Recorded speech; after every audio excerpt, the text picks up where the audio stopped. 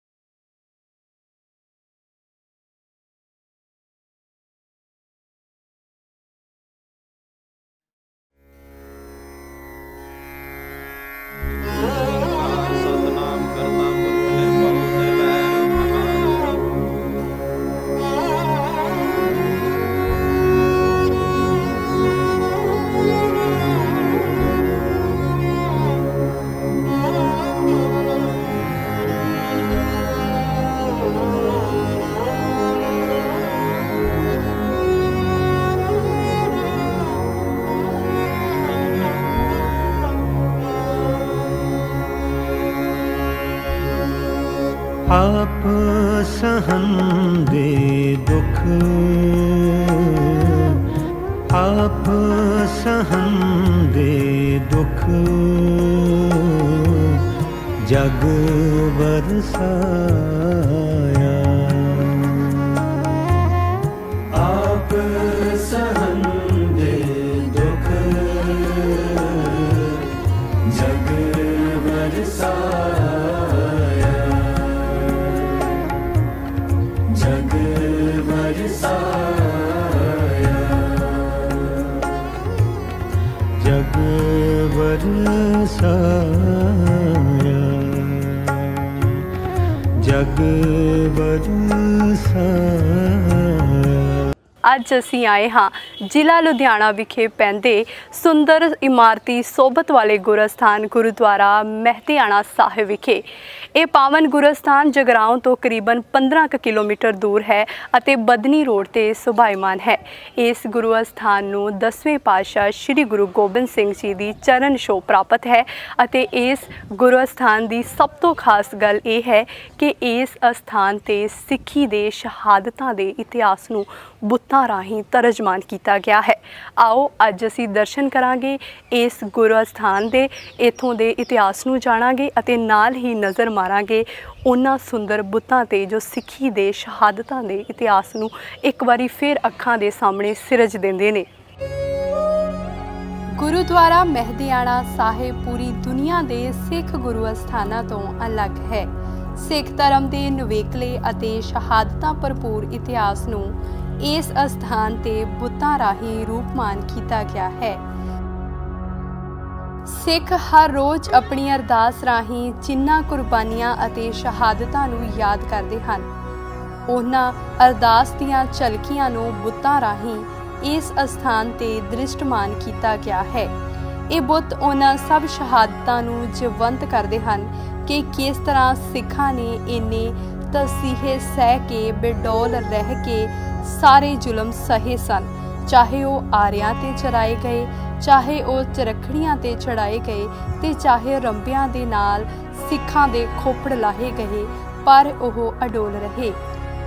ਸਿੱਖ ਧਰਮ ਦੇ ਮਹਾਨ ਯੋਧਿਆਂ ਅਤੇ ਜਰਨੈਲਾਂ ਦੇ ਬੁੱਤ ਵੀ ਇਸ ਅਸਥਾਨ ਪਰ ਹਨ, ਜਿਨ੍ਹਾਂ ਵਿੱਚੋਂ ਸਰਹੰਦ ਫਤਿਹ ਕਰਨ ਵਾਲੇ ਬਾਬਾ ਬੰਦਾ ਸਿੰਘ ਬਹਾਦਰ, ਖਾਲਸਾ ਰਾਜ ਮਹਾਰਾਜਾ ਰਣਜੀਤ ਸਿੰਘ, ਇਬਾਦਤ ਦੇ ਪੱਕੇ ਅਤੇ ਬੇਬਾਕ ਅਕਾਲੀ ਫੂਲਾ ਸਿੰਘ, ਸ਼ਾਮ ਸਿੰਘ ਅਟਾਰੀ, ਹਰੀ ਸਿੰਘ ਨਲੂਆ ਤੇ ਹੋਰ ਕਈ ਗੁਰਸਿੱਖ ਯੋਧੇ, ਜਿਨ੍ਹਾਂ ਨੇ ਆਪਣੇ ਸਿੱਖੀ ਸਿਦਕ ਨੂੰ ਆਪਣੀ ਕਾਰਗੁਜ਼ਾਰੀ ਰਾਹੀਂ ਨਿਭਾਇਆ ਸੀ।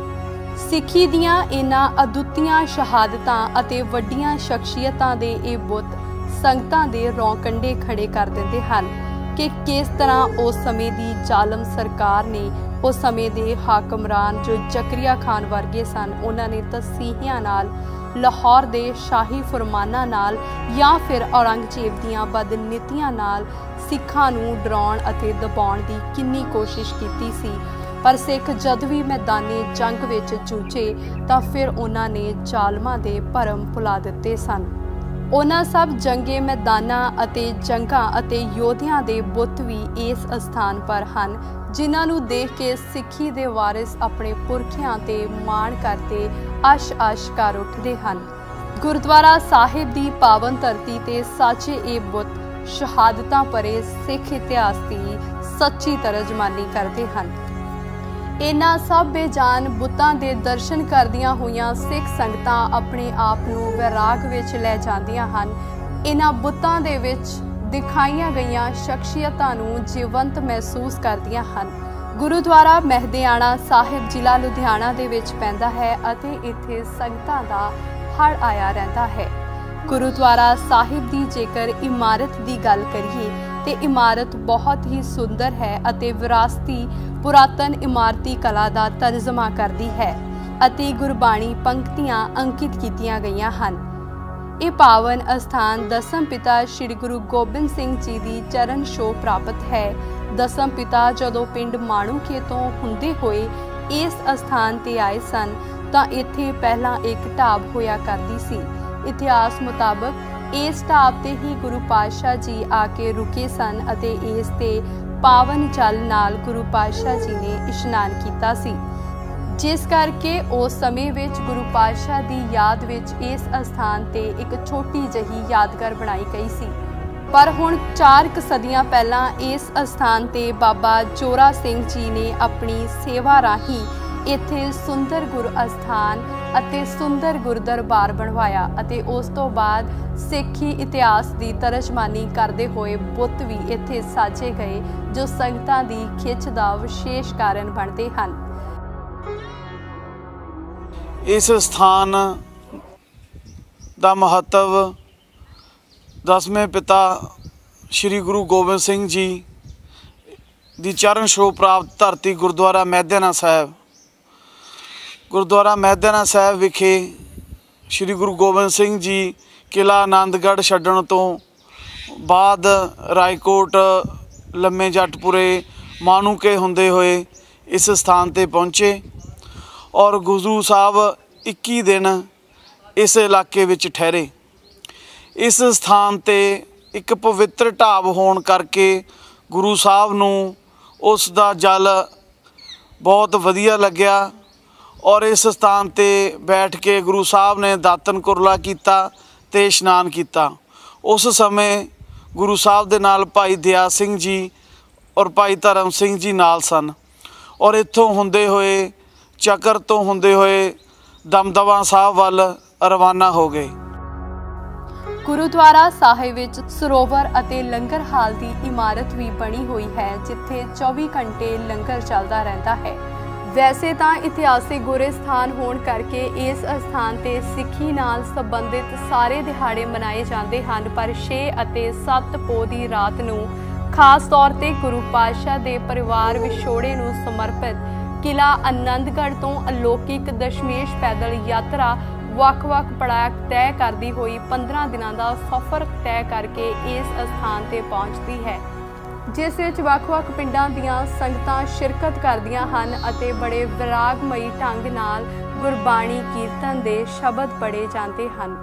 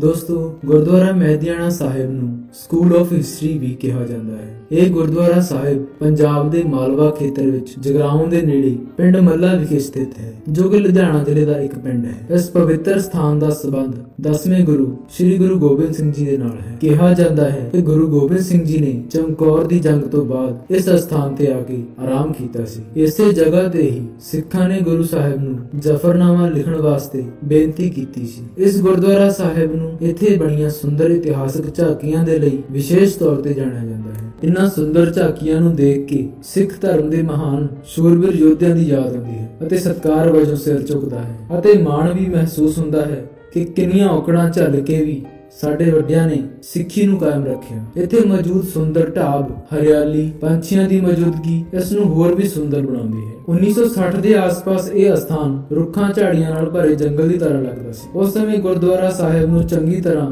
ਡਿਵੈਲਪ ਨਹੀਂ ਕੀਤਾ ਗਿਆ ਸੀ ਤੇ ਨਾ ਹੀ 5 ਕਿਲੋਮੀਟਰ ਤੱਕ ਕੋਈ ਆਉਣ ਜਾਣ ਦਾ ਸਾਧਨ ਅਵੇਲੇਬਲ ਸੀ। ਪਰ ਉਸ ਤੋਂ ਬਾਅਦ ਜਥੇਦਾਰ ਜੋਰਾ ਸਿੰਘ ਲੱਖਾ ਜੀ ਨੇ ਇਸ ਸਥਾਨ ਨੂੰ ਸੁੰਦਰ ਅਤੇ ਹਰਮਨ ਪਿਆਰਾ ਬਣਾਉਣ ਦੀ ਜ਼ਿੰਮੇਵਾਰੀ ਉਠਾਈ। ਸੰਨ 1972 ਵਿੱਚ ਇਸ ਕੰਮ ਦੀ ਸ਼ੁਰੂਆਤ ਹੋਈ। ਪਹਿਲਾਂ ਇਸ ਸਥਾਨ ਨਾਲ ਕੁਝ ਏਕੜ ਥਾਂ ਹੀ ਲੱਗਦੀ ਸੀ, ਪਰ ਹੌਲੀ-ਹੌਲੀ ਆਸ-ਪਾਸ ਦੀ 25 ਏਕੜ ਜ਼ਮੀਨ ਗੁਰਦੁਆਰਾ ਸਾਹਿਬ ਦੇ ਲਈ ਤਿਆਰ ਕੀਤੀ ਗਈ। ਇਸ ਸਥਾਨ ਤੇ ਹੀ ਇਤਿਹਾਸਕ ਝਾਕੀਆਂ ਨੂੰ ਦਰਸਾਉਂਦੇ ਸੁੰਦਰ ਬੁੱਤ ਤਿਆਰ ਕਰਵਾਏ ਗਏ। ਇਸ ਪਵਿੱਤਰ ਸਥਾਨ ਤੇ ਮੌਜੂਦ ਸਿੱਖ ਔਰਤਾਂ ਨੂੰ ਤਸੀਹੇ ਦੇਣ ਵਾਲਾ ਬੁੱਤ, ਜ਼ਾਲਮਾਂ ਦੁਆਰਾ ਸਿੱਖ ਬੱਚਿਆਂ ਦੇ ਟੁਕੜੇ-ਟੁਕੜੇ ਕਰਦੇ ਹੋਇਆਂ ਦਾ ਬੁੱਤ, ਭਾਈ ਘਨੱਈਆ ਜੀ ਦਾ ਬੁੱਤ, ਗੁਰੂ ਗੋਬਿੰਦ ਸਿੰਘ ਜੀ ਦੇ ਸੈਨਿਕਾਂ ਦਾ ਬੁੱਤ ਦੇਖਣ ਯੋਗ ਹੈ। ਬਾਬਾ ਜੋਰਾ ਸਿੰਘ ਜੀ ਇਹਨਾਂ ਬੁੱਤਾਂ ਜ਼ਰੀਏ ਲੋਕਾਂ ਨੂੰ ਸਮਝਾਉਣਾ ਚਾਹੁੰਦੇ ਸੀ ਕਿ ਧਰਮ ਦੀ ਕੀ ਵੈਲਿਊ ਹੁੰਦੀ ਹੈ। ਉਹ ਇਹ ਦਰਸਾਉਣਾ ਚਾਹੁੰਦੇ ਸਨ ਕਿ ਸਿੱਖ ਧਰਮ ਦਾ ਜਨਮ ਹੀ ਕੁਰਬਾਨੀਆਂ ਦੇਣ ਅਤੇ ਜ਼ੁਲਮ ਖਿਲਾਫ ਲੜਨ ਲਈ ਹੋਇਆ ਹੈ। ਗੁਰਦੁਆਰਾ ਮਹਿਦੀਆਣਾ ਸਾਹਿਬ ਸਿੱਖ ਆਰਕੀਟੈਕਚਰ ਦਾ ਇੱਕ ਬਹੁਤ ਹੀ ਸੁੰਦਰ ਨਮੂਨਾ ਹੈ। ਕਰੋੜਾਂ ਰੁਪਏ ਦੀ ਲਾਗਤ ਨਾਲ ਬਣੀ ਇਸ ਗੁਰਦੁਆਰਾ ਸਾਹਿਬ ਤੇ ਕੀਤੀ ਗਈ ਮੀਨਾਕਾਰੀ ਬਹੁਤ ਹੀ ਖੂਬਸੂਰਤ ਹੈ। ਇਸ ਗੁਰਦੁਆਰਾ ਸਾਹਿਬ ਜੀ ਦੀ 8ਵੀਂ ਮੰਜ਼ਲ ਦੇ ਦਰਵਾਜ਼ੇ ਤੇ ਭਾਈ ਗੁਰਦਾਸ ਜੀ ਦੀ ਸੁੰਦਰ ਤਸਵੀਰ ਲੱਗੀ ਹੋਈ ਹੈ। ਇਸ ਗੁਰਦੁਆਰਾ ਸਾਹਿਬ ਜੀ ਦੀਆਂ ਕੰਧਾਂ ਉੱਤੇ ਗੁਰੂ ਗੋਬਿੰਦ ਸਿੰਘ ਜੀ ਦੀਆਂ ਖੂਬਸੂਰਤ ਤਸਵੀਰਾਂ ਲੱਗੀਆਂ ਹੋਈਆਂ ਹਨ ਅਤੇ ਮੇਨ ਗੇਟ ਤੇ ਭਾਈ ਦਇਆ ਸਿੰਘ ਜੀ ਦਾ ਘੋੜੇ ਸਮੇਤ ਬੁੱਤ ਲੱਗਾ ਹੋਇਆ ਹੈ ਤੇ ਗੁਰਦੁਆਰਾ ਸਾਹਿਬ ਜੀ ਦੀ ਮੇਨ ਬਿਲਡਿੰਗ ਦੇ ਬਿਲਕੁਲ ਵਿਚਕਾਰ ਸ੍ਰੀ ਗੁਰੂ ਗ੍ਰੰਥ ਸਾਹਿਬ ਜੀ ਪ੍ਰਕਾਸ਼ਮਾਨ ਹਨ। ਗੁਰਦੁਆਰਾ ਕੰਪਲੈਕਸ ਦੇ ਅੰਦਰ ਹੀ ਦਸ਼ਮੇਸ਼ ਪਬਲਿਕ ਸਕੂਲ ਵੀ ਸਥਾਪਿਤ ਕੀਤਾ ਗਿਆ ਹੈ, ਜਿੱਥੇ ਆਸ-ਪਾਸ ਦੇ ਪਿੰਡਾਂ ਦੇ 500 ਦੇ ਕਰੀਬ ਬੱਚੇ ਪੜ੍ਹਦੇ ਹਨ। ਗੁਰਦੁਆਰਾ ਸਾਹਿਬ ਜੀ ਦੀ ਮੇਨ ਬਿਲਡਿੰਗ ਦੇ ਨਜ਼ਦੀਕ ਹੀ ਬਾਬਾ ਫਰੀਦ ਜੀ ਦਾ ਅਸਥਾਨ ਵੀ ਹੈ। ਇਸੇ ਅਸਥਾਨ ਤੇ ਹੀ ਬਾਬਾ ਫਰੀਦ ਜੀ ਦੀ ਬਾਣੀ ਦੀਆਂ ਤੁਕਾਂ ਅਤੇ ਸੁੰਦਰ ਬੁੱਤ ਸਥਾਪਿਤ ਕੀਤਾ ਗਿਆ ਹੈ। ਇੱਥੇ ਇਸ਼ਨਾਨ ਕਰਨ ਲਈ ਸੁੰਦਰ ਸਰੋਵਰ ਹੈ ਅਤੇ 24 ਘੰਟੇ ਲੰਗਰ ਦੀ ਵਿਵਸਥਾ ਵੀ ਕੀਤੀ ਗਈ ਹੈ। ਇਸ ਅਸਥਾਨ ਤੇ ਆ ਕੇ ਮਨ ਨੂੰ ਬਹੁਤ ਹੀ ਸ਼ਾਂਤੀ ਅਤੇ ਸਕੂਨ ਮਹਿਸੂਸ ਹੁੰਦਾ ਹੈ ਅਤੇ ਆਪਣੇ ਗੌਰਵਮਈ ਇਤਿਹਾਸ ਉੱਤੇ ਮਾਣ ਵੀ ਮਹਿਸੂਸ ਹੁੰਦਾ ਹੈ। ਜੇਕਰ ਤੁਸੀਂ ਵੀ ਇਸ ਅਸਥਾਨ ਦੇ ਦਰਸ਼ਨ ਕਰ ਚੁੱਕੇ ਹੋ ਜਾਂ ਕਰਨਾ ਚਾਹੁੰਦੇ ਹੋ ਤਾਂ ਕਮੈਂਟ ਵਿੱਚ ਵਾਹਿਗੁਰੂ ਜ਼ਰੂਰ ਲਿਖੋ। ਵੀਡੀਓ ਚੰਗੀ ਲੱਗੀ ਹੋਵੇ ਤਾਂ ਲਾਈਕ ਜ਼ਰੂਰ ਕਰ ਦੇਣਾ।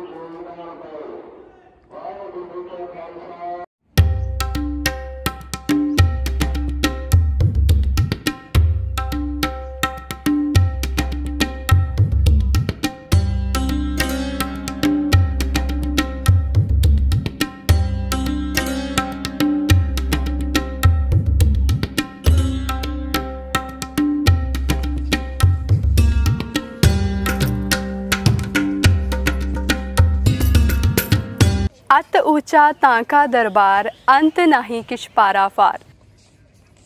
हों आया दूरों चल के, मैं तक्की तो शरणाए जियो। मैं आसा रखी चित में, मेरा सबो दुख गवाए जियो। वाहिगुरू जी का खालसा, वाहिगुरू जी की फतेह।